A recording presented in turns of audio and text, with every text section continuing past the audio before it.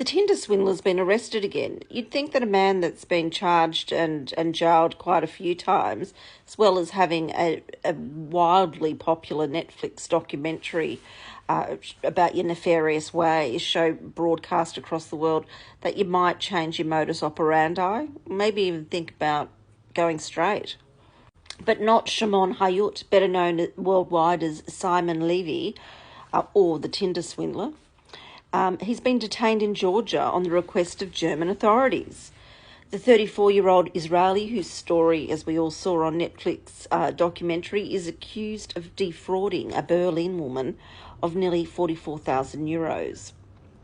And this occurred between 2017 and 2019. German prosecutors say he also racked up thousands on her credit card and even had her cover luxury hotels and flights to the Cayman Islands. Victims in the Netflix series described how Levy dazzled them with glamorous gifts, private jets, five-star hotels, and only later to claim he was being hunted by so-called enemies. He would then beg for urgent transfers of money and sums that would never be repaid. One of his most high-profile victims was Cecily Falioy. I probably mangled her last name. She said she lost more than $270,000 during their relationship, and she's now the host or the narrator of a new Netflix series, Love Con Romance.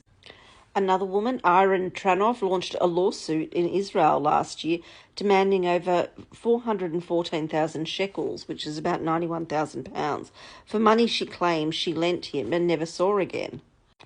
This isn't his first brush with the law. In 2019, he was sentenced to 15 months in prison in Israel for fraud, but he served just 5 months. The Israel media estimate that his scams total about $10 million between 2017 and 2019. A Georgian court has now ruled that he will remain in custody for 3 months while Germany seeks his extradition. His lawyer insists Hayut denies the allegations and describes the detention conditions as harsh, and claiming his client doesn't understand why Germany didn't simply pursue the case directly from Israel.